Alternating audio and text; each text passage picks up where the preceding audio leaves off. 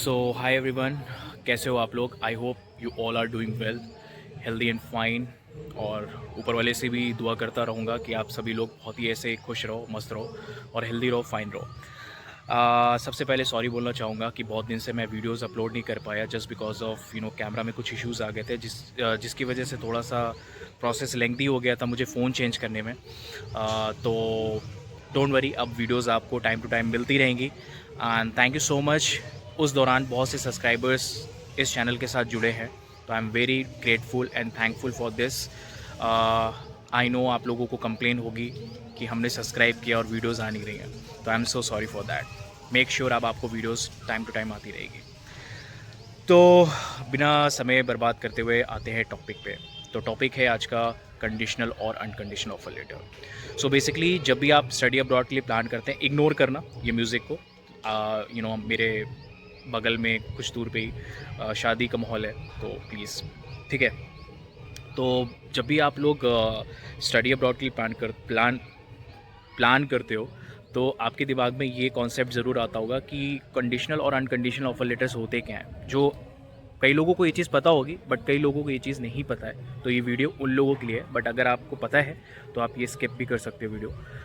तो कंडीशनल और unconditional offer letter basically जब आप किसी भी यूनिवर्सिटी में अप्लाई करते हैं, ये जितनी भी टॉप फेमस यूनिवर्सिटीज़ हैं, टॉप फेमस आपके डेस्टिनेशंस हैं, जैसे like USA, Australia, UK, Canada, किसी भी कंट्री में आप अप्लाई करते हो तो आपको कंडीशनल ऑफर लेटर पहले इशू होता है। तो कंडीशनल ऑफर लेटर में कुछ कंडीशंस आप पे अप्लाई करी जाती हैं यूनिवर्सिटीज़ के द्वारा, और वो कंडीशंस वेरी करती है, डिपेंड करती है कि आपकी क्या सिचुएशन है, आपकी क्या सर्कमस्टांसेस हैं जब आप अप्लाई कर रहे थे यूनिवर्सिटी के लिए।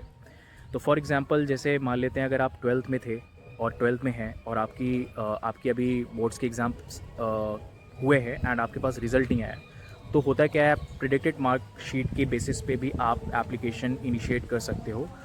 तो उसमें जब तक आपका रिज़ल्ट नहीं आता है तब तक के लिए आपको कंडीशनल ऑफर लेटर दिया जाता है। और या आपने इंग्लिश एग्ज़ाम नहीं दिया है, आपने अभी इंग्लिश एग्ज़ाम बुक कर रखा है, जैसे IELTS PT एग्ज़ाम आपने बुक कर रखा है, तो उसके बेसिस पे भी आपको कंडीशनल ऑफर लेटर मिल जाता है। जैसे ही आपकी मार्क्स आते हैं, आपकी मार्कशीट आती है और आपके साथ ही साथ इंग्लिश प्रोफिशिएंसी एग्ज़ाम के स्कोर आते हैं, तो जो आप TRF और अपनी मार्कशीट दोनों सबमिट करते हो, then you will receive the unconditional offer letter. मैं 12th की बात कर रहा हूँ। बट अगर मैं वही बात करूँ, अगर आप ग्रेजुएशन में हैं और आप लास्ट सेमेस्टर में हो, तो आपकी जो मार्कशीट पेंडेंसी है, जब आप उसको सबमिट करते हो, then you will get the unconditional offer letter. Same goes with the English proficiency exam. अगर आप ग्रेजुएशन में हो, उस दौरान आपने इंग्लिश प्रोफिशिएंसी एग्ज़ाम के लिए प्रिपेयर कर रहे थे, तो भी आप अपने ऑफर लेटर के लिए अप्लाई कर सकते हैं। जैसे ही ये सारी कंडीशंस आप फुलफ़िल कर लेते हो, you will receive your unconditional offer letter.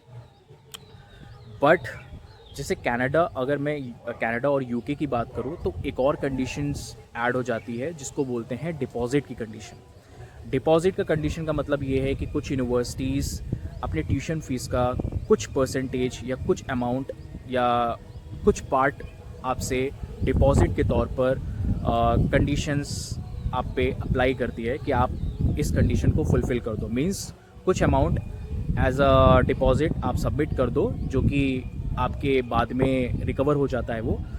तो ये भी एक कंडीशन होती है जो जनरली आपकी यूके और कनाडा और कुछ मल्टीपल कंट्रीज़ में, और जैसे यूरोपियन कंट्रीज़ में भी आपकी ये देखी जाती है कि डिपॉजिट आपको पे करना होता है। मतलब कुछ अमाउंट आप ट्यूशन फीस का पहले पे कर सकते हो to get your unconditional offer letter. So उसके बाद आप अपना प्रोसेस कंटिन्यू कर सकते हो फॉर योर वीज़ा।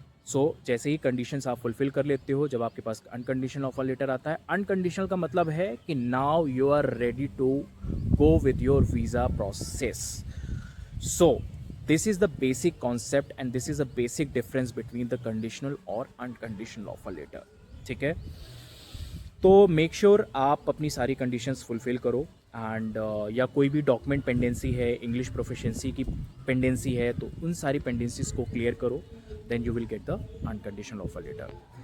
ओके, तो अच्छे से प्रिपेयर करो। अगर लगता है कोई डाउट है इस जर्नी में, और इस वीडियो में भी कई चीज़ें अगर आपको समझ में नहीं आई हैं, इन डेप्थ आप जानना चाहते हो तो प्लीज़ मुझे कमेंट कर सकते हो। तो मैं कमेंट में हर व्यक्ति से कनेक्टेड रहता हूँ, उनके जवाब देता हूँ, जो भी क्वेश्चंस होते हैं उनके आंसर्स में टाइम टू टाइम देता रहता हूँ। तो अगर आपको कोई डाउट है इससे रिलेटेड या आपकी कोई भी स्टडी अब्रॉड से रिलेटेड कोई भी डाउट है तो आप मुझे कमेंट करके ज़रूर बता सकते हो। अगर आप नए हो, नए व्यूअर हो, तो आप प्लीज़ इस चैनल को सब्सक्राइब कर सकते हो। तो आई मेक श्योर कि ऐसी गलती नहीं होगी, इतना ज़्यादा गैप नहीं होगा, आपके पास वीडियोस आती रहेगी। ठीक है, मिलते हैं नेक्स्ट टॉपिक पे, नेक्स्ट वीडियो पे।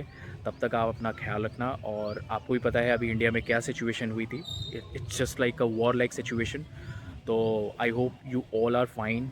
और जिस तरीके से हमारी आर्म फोर्सेस और गवर्नमेंट ने हैंडल किया है, हैट्स ऑफ। तो पैनिक होने की ज़रूरत नहीं है, जो चल रहा है चलने दो, अपने गवर्नमेंट और अपने आर्म फोर्सेस पे भरोसा रखो। ठीक है, ओके, मिलते हैं नेक्स्ट वीडियो में, तब तक के लिए बाय, टेक केयर। हाँ।